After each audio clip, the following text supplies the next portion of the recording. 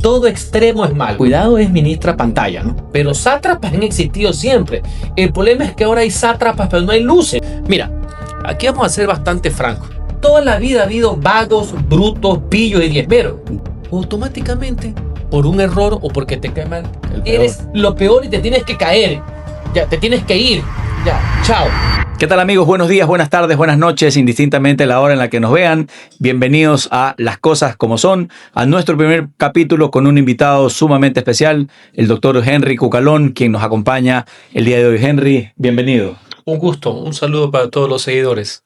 Excelente, lo tenemos a Henry Cucalón como nuestro primer invitado, ex ministro de gobierno del presidente Guillermo Lasso, secretario municipal, ex candidato presidencial también, de lo que la memoria tengo ahí. Seguramente Henry nos contará en un ratito más cuál ha sido también más su palmarés dentro de la vida política o dentro de la vida pública, y para nosotros es realmente un honor tenerlo a Henry Cucalón hoy en nuestros estudios. Henry, cuéntanos un poquito más cuál es tu experiencia, de dónde vienes, cuál es todo ese pergamino de conocimiento y de estudios que te acompaña. Bueno, básicamente una convicción por el servicio público. Lo mío fue un ejercicio de voluntad, no un accidente, no un rebote, por así decir.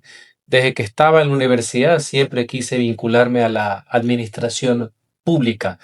Comprendí que el hecho de ser abogado era luchar por la igualdad ante la ley, pero que un servidor público tenía que perseverar para que todo el mundo tenga igualdad de oportunidades. Yo respeto muchísimas actividades y profesiones, de hecho mis hijos no siguen la mía, por así decir, pero yo considero que la mejor forma de aportar a la mejora en la sociedad era a través del servicio público. Y mi primer trabajo en la administración de una carrera que duró 25 años, ininterrumpido, fue en la Procuraduría General del Estado. Fui secretario general durante todo un periodo de 4 años, donde me formé como un abogado experto en derecho público, en la defensa del interés general.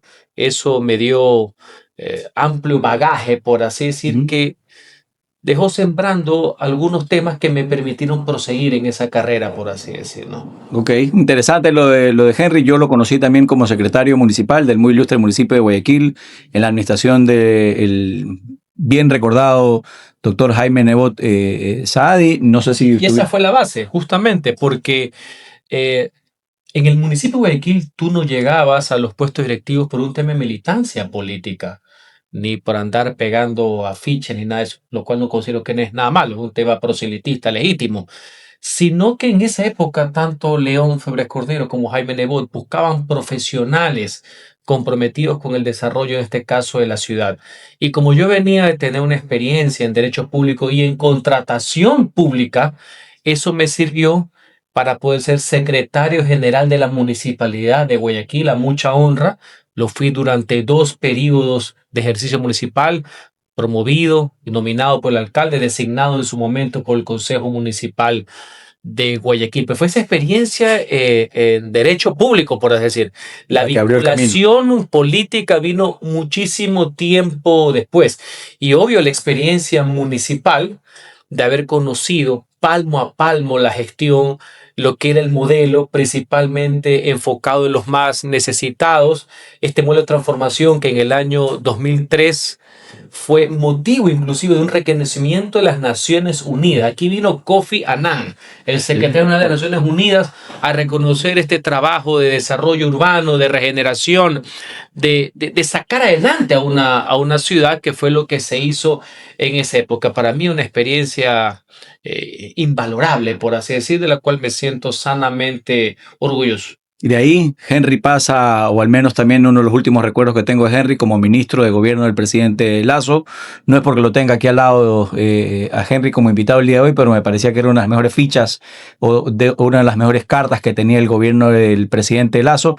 Cuéntanos un poquito más esa experiencia como ministro de gobierno, cogiendo una papa caliente, porque el gobierno del presidente Lasso estuvo de capa caída con problemas de gobernabilidad dentro de la misma Asamblea Nacional. Ya pasaremos después a comentar también quién fue ese detonador o ese derrotero, como se dice en el barrio normalmente, para poder llevar a una muerte cruzada al país, que no habíamos tenido antes una muerte cruzada, y que sin embargo por primera vez en la historia política del país se da una muerte cruzada en el gobierno del presidente Lasso, y de ahí las consecuencias que hasta el día de hoy tenemos, mi querido Henry. Pero hay un antecedente entre la Secretaría General Municipal y la cartera de Premier de la República. Son los 8 años que tuve legislador de la provincia del Guayas, 2 elecciones elegido por el Distrito 1 de Guayaquil. Ese trabajo municipal, ese hecho de conocer la ciudad, de poder palparla, de haber servido a vastos sectores de la ciudad, de ese proceso de aprendizaje también de desarrollo urbano, de administración pública, que ese momento tuvimos con el alcalde Jaime Nebot, ese reconocimiento fue lo que motivó a que, auspiciado por el Partido Social Cristiano y María Guerrero, yo fuera elegido 2 veces legislador por la provincia del Guayas, que sea un defensor acérrimo de los procesos de descentralización y autonomía en circunstancias bastante complejas. Cuando yo fui diputado la primera vez, éramos 7. ¿Eras diputado o ya eres asambleísta? Ahí, poco. Jurídicamente era un asambleísta, pero es diputado, parlamentario, congresista, todos son sinónimos. No me gusta mucho decir asambleísta porque parece ser que estás en un condominio, por así decirlo, una asamblea de socios. Me gusta mucho más decir congresista, pero todos son sinónimos. Pero en mi primer periodo, en el año 2013, éramos 7 del bloque social cristiano. Alianza País tenía 107. Con la planadora por si verde. acaso, ¿no? Elegida por el pueblo también, por si acaso. La democracia no funciona solamente cuando uno gana, ¿no? La democracia no es de galladas, hay que respetar inclusive cuando uno pierde. Y eso me dio bastante fortaleza, porque yo venía de un consejo municipal donde éramos mayoría total. Claro, absoluta. Total. Solo había un legislador, Contreras, digamos, de la otra posición democrática, porque el pueblo es el que escoge, por así decir. Entonces, los políticos se van fraguando en esas circunstancias.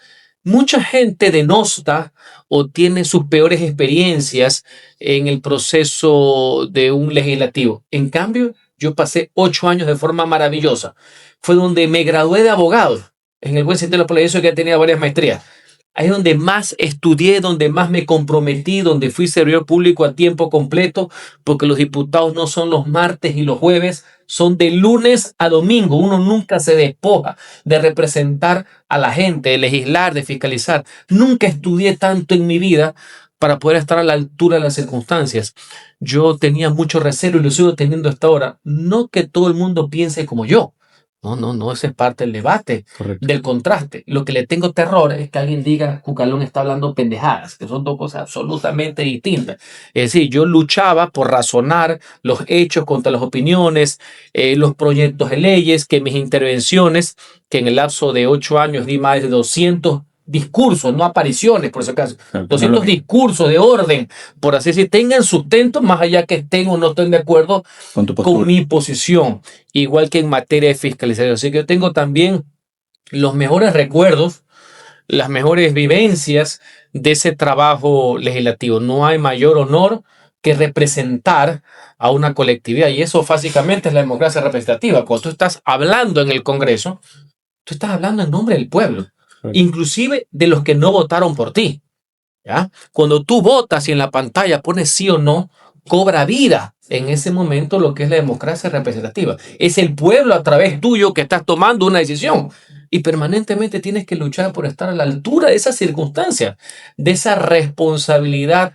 histórica. Y en mi segundo periodo, creo que salvo el del año 90 que estuvo Jaime Nebot, creo que fue el mejor bloque social cristiano que ha existido desde el retorno a la democracia, por así decir. Henry, ¿crees que eso está pasando actualmente en la Asamblea Nacional? Bueno, hay un deterioro sistemático que llega a su cenit en esta asamblea, aunque creo que todavía no ha llegado a ser la del 21, elegido para el 21-25, se sale el 23. Qué largo, no me gusta utilizar estas frases que es muy ahora en todo el mundo, la mejor o la peor. Correcto. Eso es un cliché que se está poniendo ahorita en el mundo. Tú no puedes comprar un presidente ahorita con el del siglo XIX, pero así lo hace, es por el algoritmo, por así decir. Pero la composición del 21-25 está que se da adentellada con la actual. Mira, aquí vamos a ser bastante francos. Toda la vida ha habido vagos, brutos, pillos y diezmeros. Entonces eso es terrible, pero la gente los vota. Y ciertos líderes los siguen poniendo en las listas, porque aquí no hay verdaderamente una elección primaria. Lo peor es que antes no eran la regla, porque siempre han existido, inclusive en los famosos congresos que la gente pondera y que ve los videos en el YouTube del congreso, el de los patriarcas, el año 79, el de León, etcétera. Había gente impresentable, ahí había baleo, se daban balas dentro del pleno. No me quiero imaginar hoy día un baleo con los celulares prendidos, significa que estalla las redes sociales ese día. Pero siempre de todas las tendencias y partidos había una playa de gente de otro nivel. Te voy a poner un ejemplo sencillo. El que se reputa como el congreso más violento del retorno a la democracia, el del año 90, en el de que le pegaron a Dajiga, Maguad, etc. El cenicerazo. El cenicerazo y de otras cosas más que protagonizó el exalcalde de Guayaquil. Ese que es dicho el peor y el más violento, no lo fue tanto. Porque en ese congreso estaba Jaime Nebot, estaba Yamil Maguad, estaba Enrique Ayala, estaba Alberto Ajic, estaba Fabián Alarcón, así te puedo buscar toda la mañana diciendo. Sí. Y también estaban los matones, los brutos, los pillos, los diezmeros. El problema en los últimos congresos es que no aparecen, pues, ese 20-30% de gente de primer nivel que había en todos los partidos, en desmedro del 70%, que son los mismos de siempre. Ahora tienes que encontrarlo con los dedos de la mano, con lupa, quiénes son esos que sacan la cara. Ese es el problema, porque los otros que no debería pasar siempre han estado, sino que antes no había esta comunicación tan directa, o nos olvidamos de esos diputados que en los 80 decían yo aquí vengo por la troncha, no por las migajas. Pero sátrapas han existido siempre. El problema es que ahora hay sátrapas, pero no hay luces. Ese es el problema ahora. No hay luces y hay muchos sátrapas. Que no enriquece el nivel del debate. No enriquece, salvo honrosas excepciones que las hay siempre, que confirman la regla. Y ese es el deterioro legislativo. Y ese es parte de mi preocupación. Hay mucha gente, hombres y mujeres de primer nivel. Es la generación más preparada que ha tenido el Ecuador. Gente que ama el servicio público, que ama la política. Pero una mezcla de falta de oportunidades. También hay mucho temor de participar por todo lo que está pasando. Nadie quiere ser, no criticado, que es normal, nadie quiere ser denigrado o perseguido. O tercero, nadie quiere ser pues un yes man, un yes woman del dueño caudillo del partido. Quieren un proceso deliberativo donde ya lideran. Obviamente que un líder tiene que marcar la conducta, marcar el rumbo. Pero nadie quiere ser yumplis aquí en las situaciones. Y peor con tantos psicópatas sueltos que hay ahora, que habla desde fuera del país y que tuitea varias veces al día. Pero eso ya no es liderazgo, eso es psicopatía pura, por así decir. Correcto. ¿Y cómo enriquecemos entonces, Henry, esa democracia Bueno, al final de cuentas, participativa? Con participación, con compromiso, obviamente marcando también la diferencia. Cuando estas personas se den cuenta de que la gente con criterio, ya ni siquiera digo formación, criterio, son más y que no puede hacer lo que les venga en gana, y si les dicen tienes que tirarte del balcón y tienes que degollar los bordes, no lo voy a hacer porque no es ni ético, ni legal, ni moral, ya también se va. Lo que yo le llamo capacidad de discernimiento, que es lo que no hay hoy en día, pensar distinto. Pensar distinto y con una cuestión que te puede salvar también de que te vayas preso también, ¿no? Así correcto. Por otras circunstancias. Así que eso es bueno, está ahí. Y eso hay que empujarlo, eso hay que apoyarlo. Yo lo siento porque paso permanentemente en contactos, doy muchas charlas, conferencias, clases de forma permanente, están en mis redes sociales, y veo que ese ímpetu está ahí. Es cuestión de saberlo canalizar, si cabe el término, y guiar. ¿Y no crees que los partidos y las organizaciones políticas son las grandes responsables de que esa gente últimamente ha pasado, pueda salir ha dado oportunidades en esos partidos? Yo soy fruto de eso, pues yo no soy hijo de ningún político y ningún abogado. Puesto a dedo. Yo soy fruto de un proceso, con errores y con aciertos, pues como todo en la vida. Me fui formando, peldaño a peldaño, sin saltarme nada, sin dar brincos. Sin pisarle la cabeza nada. No, paso a paso. Y en su momento los partidos lo han hecho. Yo, cuando hice dirigencia política, tuve mucho esa precaución de tratar de dar oportunidades a la gente, a los que se la merecían, y que vayan al Consejo y que vayan a la Asamblea Nacional. Espero que eso pueda ser redituado, espero que eso pueda ser de otra manera repetido, de mejor manera. Hay mucho talento, mi querido amigo. Te lo digo yo, que en derrotas y victorias me he percatado, conozco mucha gente y serán grandes, pero muy excelentes legisladores. Yo tengo mucha fe. Es una cuestión de oportunidad y también y de querer hacerlo. De convicción, dice de personal, convicción, de la gente. de querer hacer. Yo sueño ver en esos discursos en la asamblea, en esas curules, gente comprometida, gente honesta, que vaya a defender principios y valores democráticos y republicanos, que vaya a defender la autonomía, la descentralización, que vaya a defender conceptos, que la gente, más allá que pierdas o ganes una votación, porque en el Congreso pasa siempre eso, Correcto. pierdes y ganas todos los días, la gente, los ciudadanos, los votantes sientan, así no estén totalmente de acuerdo en lo que tú pienses, sientan orgullo de la representación, ¿Cómo se que te transporta? saluden en la calle, no que se escondan, más allá de la diferencia, porque nunca va a haber unanimidad. Ojo con Correcto. ese tema. Sí, sí, sí. Pero Nunca va a haber unanimidad. ¿cómo traspolamos eso a una Asamblea Nacional de hoy en día Bueno, que está pero directamente te hago una polarizada? reflexión. Y no quiero hablar solamente porque yo fui candidato del 25, ni de la agrupación que me auspició, pero de muchísimos partidos políticos, muchísimos, casi todos, salvo los dos que fueron finalistas, que fueron arrastrando Correcto. a la lista de diputados, habían grandes nombres en todos los partidos políticos, Correcto. discúlpame. O sea que no es por falta de propuesta, pero la gente, y hay que respetar eso porque, reitero, no ha de ser que no me gusta cuando uno no gana, resulta ser que la gente, al votar en esta polarización inédita que se dio desde la primera vuelta, nunca antes vista desde la figura del balotaje, que le dio ese endoso absoluto a dos fuerzas políticas, con lo cual llegaron a casi el 90% de la asamblea. Y fíjate esta reflexión que te voy a hacer.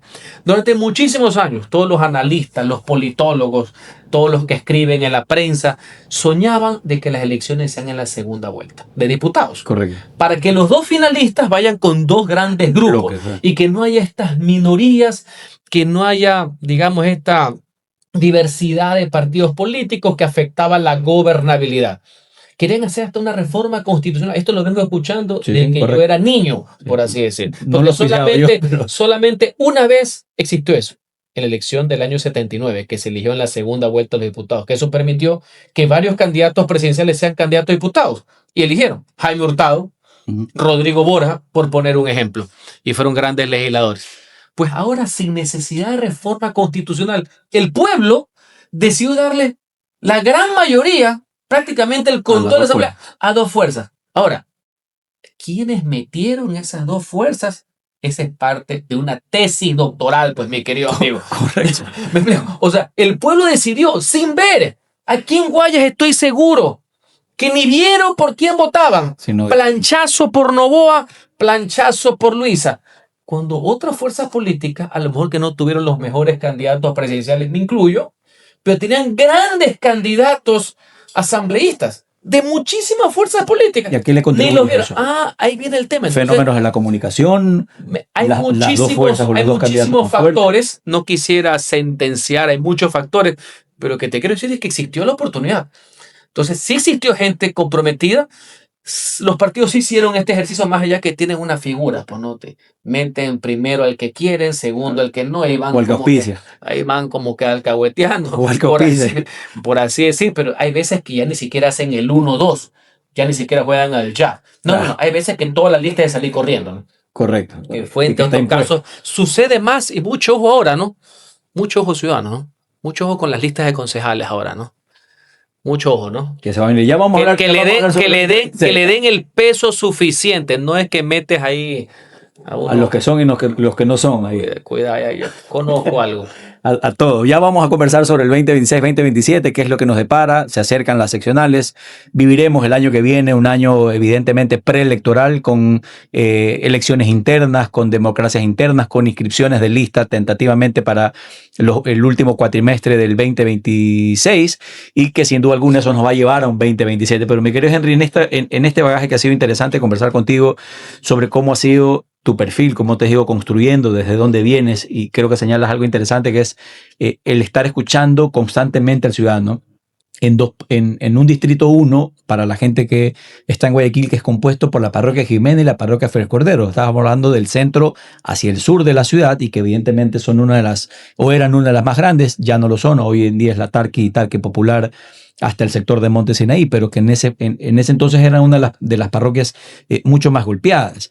llegas a ser ministro de gobierno, mi querido Henry, y al final de cuentas en esta misma lucha de la Asamblea Nacional, para no escaparme sobre ese mismo tema, ¿quién crees que termina mandando? ¿Quién crees que es el que hoy en día tiene el poder en esta misma Asamblea Nacional, que la vemos polarizada, que la vemos discutiendo, que la vemos, como tú dices, más allá de los perfiles que hay hoy en día, que no sabes al final de cuentas quién responde, quién no responde, quién actúa y quién no actúa? O sea, el poder está dividido y así debe ser. El poder tiene sus propios contrapesos. Por eso el poder es uno solo, dividido en funciones. Función ejecutiva, legislativa y judicial. Las otras son un invento de Montecristi que se saltaron a todas las teorías políticas. Son las tres funciones. Mira, creo que la ciudadanía no quiere, yo tampoco quiero, una asamblea que pase todo el día jodiendo, si cabe el término. Una asamblea conspiradora, una asamblea que pase en prácticas de sedición, por así decir, en delitos contra la seguridad del Estado, ni que propicie la ingobernabilidad como sucedió muchas veces en los 80 y los 90, que le hacen la vida imposible gratis a los El gobiernos. presidente de No, no creo que eso sea loable, peor en estos momentos. Creo en una oposición razonable, creo un contrapeso, creo en el control político a la acción de gobierno, que es connatural a ser legislador, inclusive mucho de carácter proactivo. Creo también en el proceso de enjuiciamiento político, no de chantaje político. Creo en una fiscalización responsable, no en el show. Entonces, todo extremo es malo. ¿Queremos estabilidad democrática? Sí. Bastante tiene, y de lo poco positivo que veo esta asamblea, que no ande en temas conspiracionales, derrocar al gobierno. Eso es bueno porque le permite al gobierno enfocar sus energías en el gobierno, que es el día a día. Gobernar a la gente. Pero de ahí a hacer un apéndice el Ejecutivo, no creo que sea lo correcto. De tener pues al presidente de la asamblea, del vocero de la derrota de la consulta, de eso no se vuelve, pues mi querido amigo. Correcto. ¿No? Por más que sean panas, no, hay un tema de fondo. El uno es elegido, no es empleado del Ejecutivo, por así decir. Así que la coordinación es necesaria, la subordinación no. ¿Estamos? Son juegos de palabras en pronunciación, pero son conceptos totalmente distintos. Entonces, eso es lo que quiere, que haya una independencia, hay objetivos loables juntos, sí, en materia de seguridad, en materia de estabilidad democrática, sí. Con ese antecedente y viendo lo que ha pasado en el Ecuador, aprovecho para decirte, yo soy uno de los que más sostengo que debemos volver a las elecciones intermedias de legisladores también. Okay. Como era hasta el año 1998. Tú a lo mejor eras más joven, pero Sí, antes sí, los diputados nacionales eran por 4 años y los diputados provinciales eran cada 2 años. Y eso hacía que cada 2 años había un desfogue democrático. Correcto. Una depuración. Como lo que ha pasado ahorita en Argentina. ¿Por qué era tan importante para Milei ganar las legislativas si supuesto no estaba de acuerdo? Porque era o la ratificación de su gestión a través de un legislativo que apoye sus proyectos, o es una manera de sancionar al Ejecutivo y el mal desempeño de los diputados del oficialismo en el Congreso. Correcto. ¿Por qué eso es importante? Y Milei ganó. Porque así se destapa la olla de presión y los diputados no andan conspirando desde el primer año. Porque parte también de nuestro problema, este es un problema sociológico puro. Aquí es al todo o nada, ¿no? Señores, gobernar es difícil. Ser presidente de la República es bastante complicado. Aquí hay unos que creen que todos son caídos de la hamaca y no es así. Correcto. Entonces aquí o idealizan y son los mejores presidentes de la historia, pero los mejores. Y mezclan, pues es mejor que García Moreno, que Alfaro, y se comen 150 años de por medio. Automáticamente, por un error o porque te cae mal, eres lo peor y te tienes que caer. Ya, te tienes que ir. Ya, chao. No, señores. Ni lo uno, ni lo otro. Ni lo otro.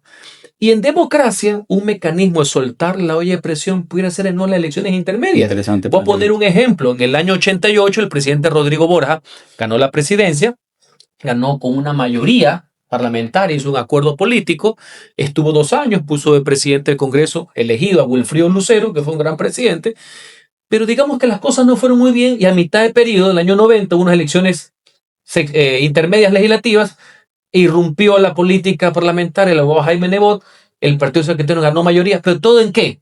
En democracia. Democracia. Me explico, un desfogue democrático en los mismos 4 años con una elección intermedia. Cosa que nadie se ponía. Si el presidente Borges entró en el 88, en el 89 no andaban pensando en que se vaya ni en derrocarlo. Claro, como le serrucho el piso al... Exactamente, porque todo el mundo quería llegar al 92, porque la lógica era ganar en democracia. No ir poniendo presidentes a dedo, ni pescar a río revuelto, Ujú. ni ver a quién pongo de interino, o ver cómo amarro con el vicepresidente o vicepresidenta. No. Para que le Entonces, haga la mira, camita. sorry que hago esta digresión académica, etcétera, del valor de una elección No, súper vale. intermedia. Ahora sí, les digo también otra reflexión, producto de las canas que me han salido. No habrá diseño constitucional que valga si no hay la calidad de las personas. Correcto. Y viceversa, puede haber muy buena calidad de las personas y un diseño institucional nefasto. Entonces, es un equilibrio también entre los dos. Tú puedes tener la mejor constitución, el mejor marco normativo. Si tienes ahí pues a unos rififí del otro lado, pues mi querido amigo, ahí no pasa Claro, lo que pasa absolutamente ahora, la calidad de asambleístas que tengamos, que evidentemente no vaya en respuesta a lo que la gente quiere, teniendo el marco legal o el marco normativo. Entonces, hoy el desafío es mantener la estabilidad, me parece bien, pero tiene que haber una fiscalización responsable y hacerse un objetivo básico en materia legislativa. Los congresos no son mejores, y esta era mi eterna batalla, yo nunca tuve mayoría en los 8 años que estuve. La gente piensa que eres mejor diputado porque produces mayor cantidad de leyes. Falso absoluto. Correcto. Las leyes no se vomitan tal cual balas salen de metralletas. No, no, no, señor. O tú has visto que en Estados Unidos, no ahorita, en general, sacan leyes a cada rato. O tú ves al pleno del Congreso, al pleno del Senado reunido a cada rato.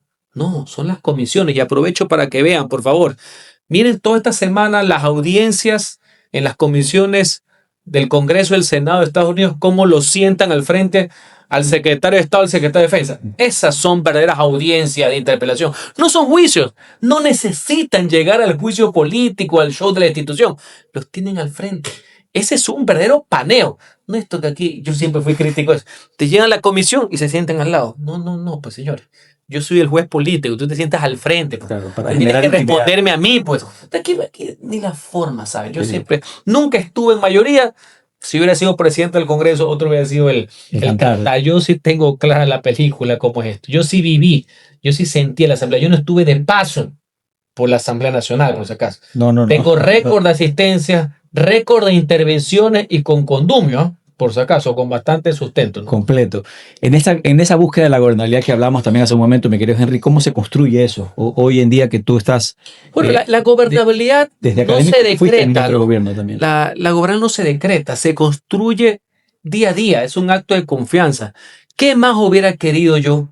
Siempre hizo que sabía lo difícil la situación. Tú citaste hace unos minutos mi paso por el Ministerio de Gobierno, que no es solamente el encargado de las relaciones legislativas, como lo quieren limitar algunos. No, el Ministro de Gobierno es el premier de la República. Vela por las relaciones intra e infragubernamentales, ¿no? Correcto. Inter e infra. Es total. Entre el gobierno central hacia abajo y también entre las instituciones del Estado. Es el que hace andar el carro en términos populares. Debe saber involucrarse, no debe ser experto, no, pero debe saber también de seguridad, de política exterior, de economía, porque es el articulador de todos los demás ministerios. En esa línea, ¿qué más hubiera querido yo que exista una relación básica mínima con la Asamblea Nacional? Pero cuando yo entré, yo ya sabía que las cartas estaban básicamente echadas, habían algunos escenarios. Se venía un nuevo levantamiento, iban a reeditar el de junio del 22, quieren hacerlo en marzo del 23 para crear un escenario para consumar un golpe de Estado, que fue lo que siempre intentaron desde el primer día, conducta con lo cual yo nunca he estado. Yo puedo ser crítico de un gobierno, de hecho soy un crítico democrático de este gobierno, pero si hubiera algún aire en esa línea, me verán como siempre respaldando al régimen constituido que lo representa en ese minuto un presidente de la República. Correcto. A menos que él cometa pues alguna violación de carácter constitucional, de carácter penal, que sería otro cantar, pero no era el hecho. Correcto. Al final de cuentas, mi querido Henry, dentro de estas recomendaciones que ya nos has dado, ¿cuáles serían también esas que hoy en día al gobierno de turno, que ha tenido varios ministros de gobierno, que al final de cuentas usted está también ese cargo, lo describiste de muy buena manera al momento de ser ese articulador, no solamente dentro de los ministerios, sino también dentro de toda la estructura del Estado? No, pues es que eso está con natural, eso tú no lo vas a encontrar pues, en el Código Orgánico Administrativo ni en el Decreto Ejecutivo. Los ministros secretarios de Estado, todos son fusibles del presidente. Son los pararrayos. Los servidores públicos en general es para mí, ¿no? Somos fusibles de eso, fuimos fusibles, somos fusibles. Pero los de designación y libre remoción, los de carrera no son fusibles. No, evidentemente. Pero son los que sostienen al Estado del paso temporal del jerárquico superior. Correcto. Esos son los que hacen al país, los de carrera. Ojalá que haya muchos funcionarios de carrera. Pero un ministro, que el único requisito es tener pues 18 años, poco más creo, y tener la cédula el día del nombramiento, es el fusible del presidente. Por tanto, debe ser el portavoz natural del régimen. Todos los ministros, todos, y más el premier de la República. Es el vocero natural. Por eso yo, inmediatamente que asumí la cartera, en momentos bastante álgidos, difíciles, automáticamente yo pasaba en los medios de comunicación y en el despacho permanentemente con los medios, dando la cara, tratando de corregir los errores, dando cuál es la visión, cuál es el rumbo, cuál es la versión que tiene el Estado, el gobierno en ese tipo de situaciones. Y lo hice inclusive hasta en materias de política exterior. Yo con el canciller recibimos, por ejemplo, en su momento al senador Marco Rubio, hoy secretario de Estado de Estados Unidos, por citar un ejemplo. Entonces, ojo con ese tema. Yo no soy nadie para dar consejos. He dado experiencias. Lo que sí le pido como ciudadano, no como ex nada, soy ex, ya demasiado ex, como ciudadano, a la actual ministra, a quien está por más decirle que le deseo éxitos, es que sea ministra de gobierno, ¿no? Cuidado, es ministra pantalla, ¿no? Eso no, hay que honrar ese despacho donde estuvo Guevara Moreno, ¿no? O ministra de TikTok. O Camilo Ponce, ¿no? Por si acaso, ¿no? Ahí hay unas vibras importantes, ¿no? Hay que estar a la altura de las circunstancias. Ministra de Gobierno, una oportunidad importante. Ella que pasó por ahí, ojalá que el ministerio haya pasado por ella también. Que no sea pantalla de nadie. Ese es el único criterio como ciudadano que puedo pedir y exigir, si cae la palabra. Si es que se lleva. Importantes las reflexiones que nos cuenta Henry sobre su experiencia dentro de la gobernabilidad de este mismo país, de cómo al final de cuentas se la construye, escuchando a la gente, estando en contacto también con el ciudadano y sobre eso también planteando soluciones a los problemas de forma pragmática a cada uno de los ciudadanos. Henry señaló hace un momento, ya para ir cerrando la entrevista, estas giras que se recibe directamente. ¿Cuál podría ser esa recomendación o cuál, desde tu perspectiva, Henry, debería ser realmente el verdadero impacto de las giras de un presidente o de traer cooperación internacional para un país como el Ecuador? A ver, que un presidente viaje al extranjero no me parece nada mal. Más allá que el de aquí está de campeonato ya, ¿no? Dijo en el famoso debate del 23 que el avión, que ni sé qué, que la hora, ni sé qué, es el que más ha viajado. Es decir, de la historia en promedio. Si eso sirve como la gira de este año, si mal no me acuerdo, del tema cuando viajó a Brasil, Uruguay y Argentina para abrir mercados, bienvenido sea. Eso es importante. Yo en eso estoy, mira, yo estoy de acuerdo con el gobierno en el tema de reducción del déficit a través de la eliminación del subsidio al diésel. Estoy totalmente a favor del tema, por ejemplo, de abrir mercados internacionales para nuestros productos, el comercio, etcétera. Eso es más el empleo. Eso no puede haber en discusión. ¿Dónde está la crítica? Hay una crítica formal y una crítica conceptual. En la primera, perdió la consulta popular y se fue a Estados Unidos. Todos los decretos mal hechos. Viajes, ¿a qué pues? ¿Con quién? No te estoy diciendo que me digas la bitácora de qué restaurante comiste, ni el detalle de la conversación que tuviste, me imagino, con mínimo un secretario de Estado norteamericano, un funcionario de alto nivel. No, pero tienes que decir cuál es la agenda. Eso ha estado en todos los decretos ejecutivos en la historia del Ecuador. Entonces no puede ser que 2 días el presidente se haya ido y nadie sabe qué es lo que fue a hacer. ¿O a qué se fue? Eso no, ese ocultamiento de información, esa opacidad en el manejo de la cosa pública no tiene lógica alguna. O peor, que después hayan querido pasar con un viaje público, lo que fue privado, que después se fue de viaje y lo hizo coincidir con el Thanksgiving, también con el cumpleaños. Señor, eso demuestra una... No digo que no tengan derecho a descansar, todos tenemos derecho a descansar. Todos los presidentes han encontrado unas horas en el país, en estas fiestas, para también descansar, verse a su familia, tomarse una copa, que no tiene... Una copa, ¿no? Por si acaso, una copa. ¿Ya? Ahí nomás se la dejo de ver. Pero, señores, hay que estar conectado con la realidad de la gente, con lo que pasó el 16 de noviembre, que finalmente no se contestó las preguntas que estaban en el ruedo, sino... Claro, que algunas que iban de cajón. Se castigó, pues el propio, así como la misma pregunta la preguntó Guillermo Lasso antes de que yo entre al ministerio, y también dijeron que no, por la reducción de asambleístas, porque ese es el clima social que se nomina. Entonces, hay una absoluta desconexión, se nota una ausencia, y no por lo físico, sino porque no hay una conexión con lo que está pasando. Eso me preocupa. Y que se contamine viajes que son importantes para el país, para abrir mercados, para una agenda internacional, para una diplomacia directa que puede llevar el primer mandatario, que yo la saludo, yo no le veo ningún problema con la otra, pues. En momentos bastante graves del país, en momentos que no hay medicina, en momentos que los servicios públicos han retrocedido, ya ni siquiera es la crítica de por qué no han avanzado, no, Porque han están retrocedido. retrocediendo el tema de la salud. No puede ser que haya gente, o en este caso político, en este caso el presidente, que se vaya sin tener como prioridad nombrar un ministro o ministra de salud titular, pues después de los 5 que han pasado por ese puesto en 2 años. Correcto. Eso es esa insensibilidad es lo que critica, y obviamente el viaje prende la mecha. Ese es parte del problema, se contamina. El viaje de gira que yo respaldo de estos otros cuando la gente está jodida. Excelente, las reflexiones que nos tenía y que nos comentaba Henry Cucalón, a quien lo hemos tenido invitado hoy en día a nuestro primer programa. La siguiente pregunta va un poco más enfocada para Henry sobre una temática que estamos construyendo aquí en el programa de las cosas como son. Es ¿a quién le dirías las cosas como son y qué le dirías, mi querido Henry? ¿A quién le diría? Sí, si tuvieses que decirle las cosas como son, ¿a quién le dirías las cosas como al son presidente Noboa. y qué le dirías? Reacciona. Tienes 3 años y medio, estás enterito, tienes todo para triunfar. Cuidado, esta oportunidad se convierte en una agonía. Pero un requisito básico para todo esto es la honestidad. La gente está hasta las marimbas. Timbas. ¿Ya? De todos estos enloquecidos y enloquecidas por el dinero, por así decir. De esta lujuria por el billete y no por el servicio, señores. Ese debe ser la marca que nos una a todos, y sobre eso ven los planes de trabajo, las experiencias que tiene cada persona. Obviamente, por ejemplo, a mí me ha encantado todavía el derecho municipal, el servicio público. Conozco administración municipal.